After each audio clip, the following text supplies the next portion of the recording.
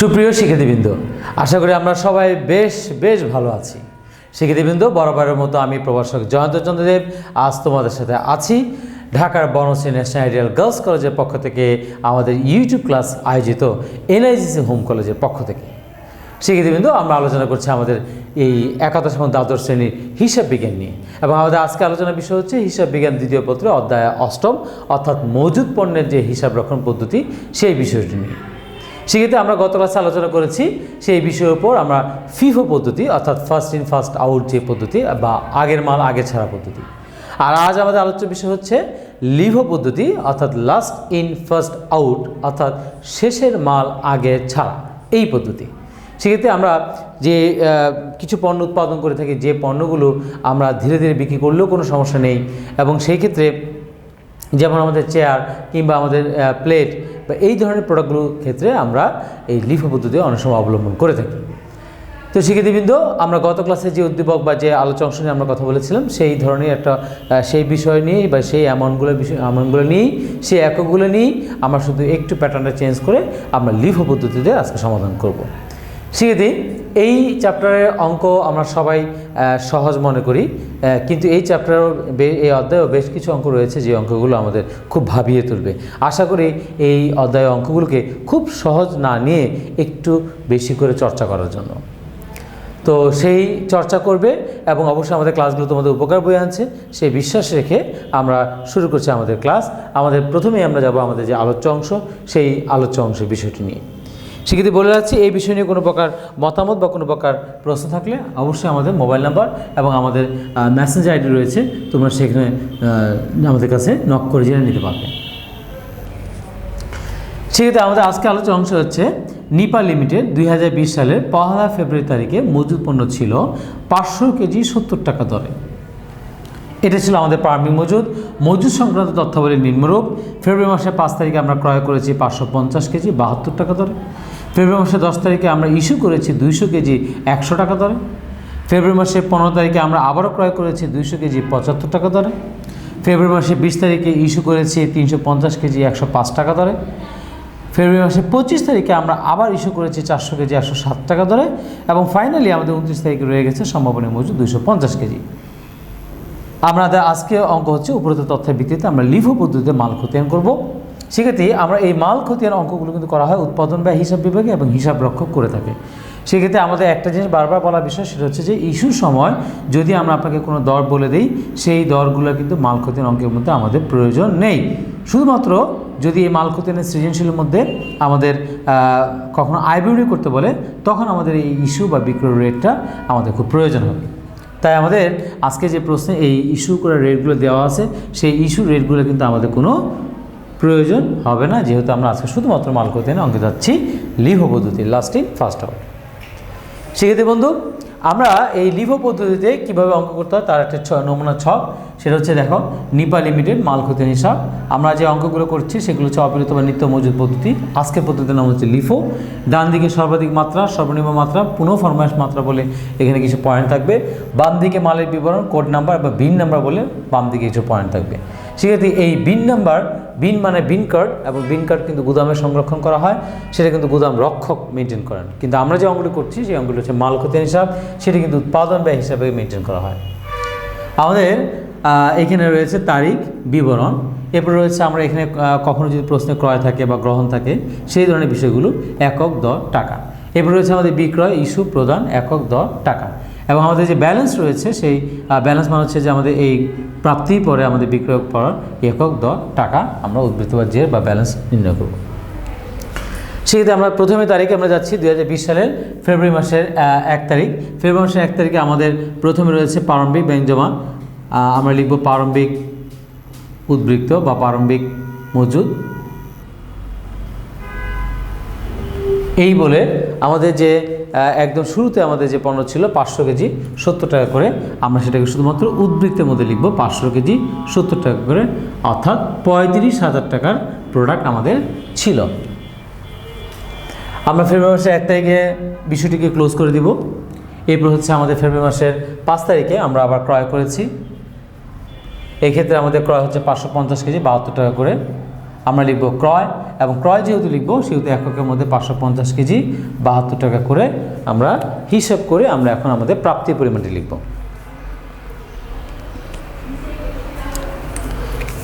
তো শিক্ষার্থী 550 KG into 72 টাকা আমরা যদি যোগ করি তাহলে 39,600 টাকার প্রোডাক্ট আমরা ক্রয় করেছি।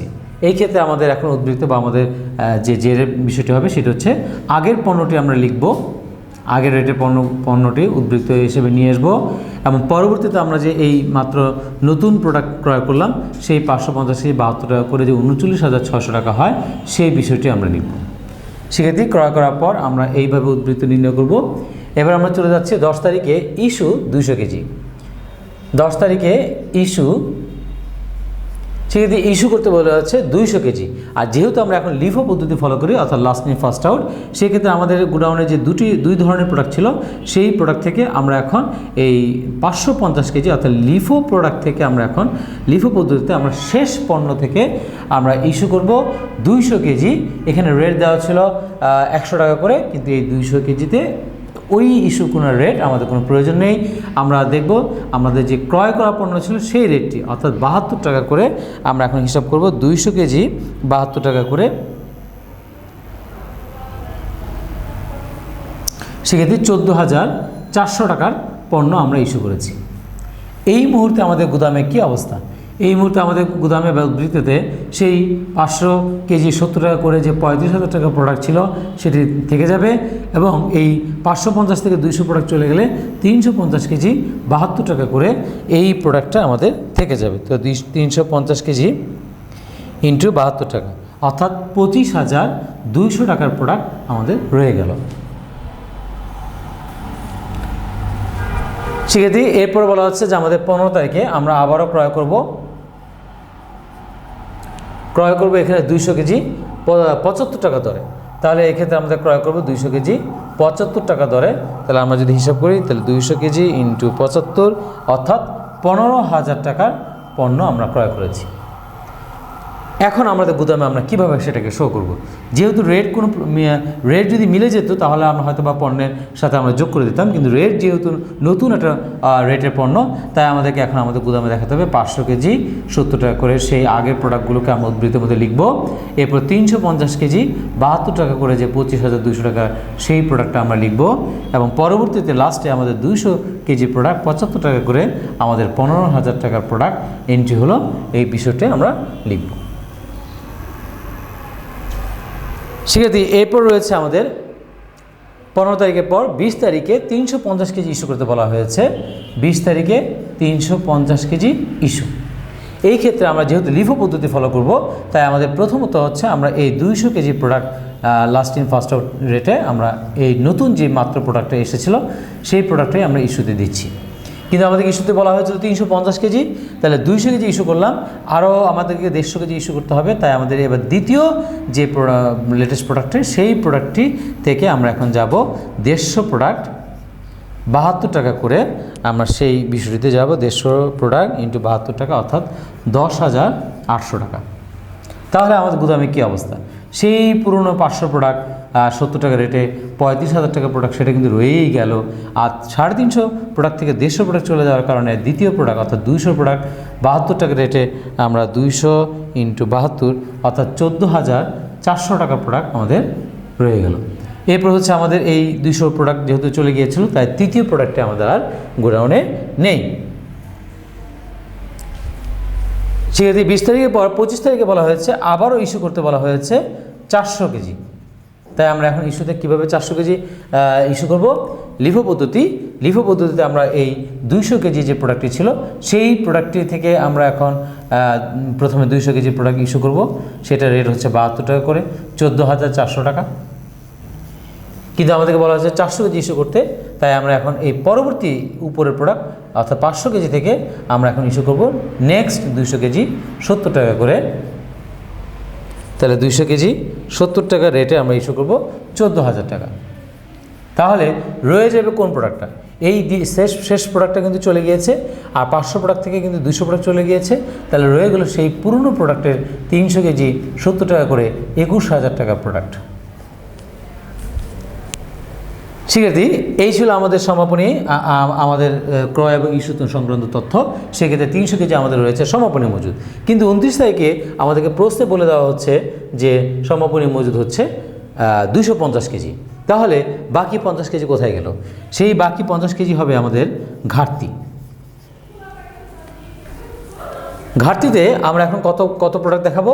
যেহেতু আমাদের সমাপনী মজুদ ছিল 300 কেজি, কিন্তু প্রশ্নে বলা আছে 250 কেজি, তাই 50 কেজি হচ্ছে আমাদের ঘাটতিতে চলে যাবে। এবং এই ক্ষেত্রে মনে রাখবো, ঘাটতি মানে হচ্ছে স্বাভাবিক ইস্যুর মতো, অর্থাৎ আমরা স্বাভাবিকভাবে যে পদ্ধতি ফলো করি বা যেভাবে আমরা রেট ধরি, সেই পদ্ধতি বা সেই রেটেই আমরা হিসাব করব। অর্থাৎ এই 50 কেজি প্রোডাক্ট আমাদের 300 থেকেই যাবে, সেক্ষেত্রে 70 টাকা করে আমাদের হচ্ছে 3500 টাকার প্রোডাক্ট, এবং রয়ে যাবে হচ্ছে 250 কেজি 70 টাকা রেটে।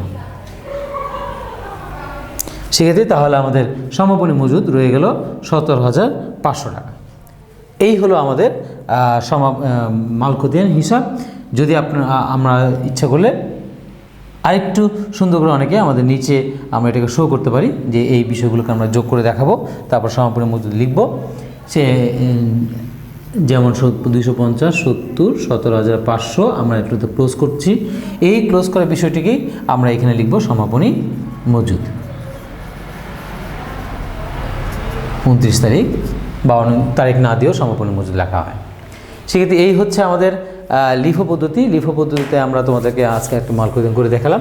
আগামী ক্লাসে আমরা তোমাদের সাথে চেষ্টা করব যে আমাদের পরবর্তী যে পদ্ধতি রয়েছে, অর্থাৎ ভারযুক্ত গড়, সরল গড়, সেইগুলো নিয়ে আমরা ধাপে আলোচনা করব। তো সেক্ষেত্রে আশা করি ক্লাসগুলো তোমাদের উপকার বয়ে আনছে এবং তোমরা বাসায় বসে বেশ ভালো চর্চা করছো। তো যে কোনো সমস্যায় আমাদের সাথে যোগাযোগ করার আহ্বান জানিয়ে তোমাদের সকলের সুস্থতা, সকলের মঙ্গল কামনা করে বিদায় নিচ্ছি। আমি প্রভাষক জয়ন্ত চন্দ্র।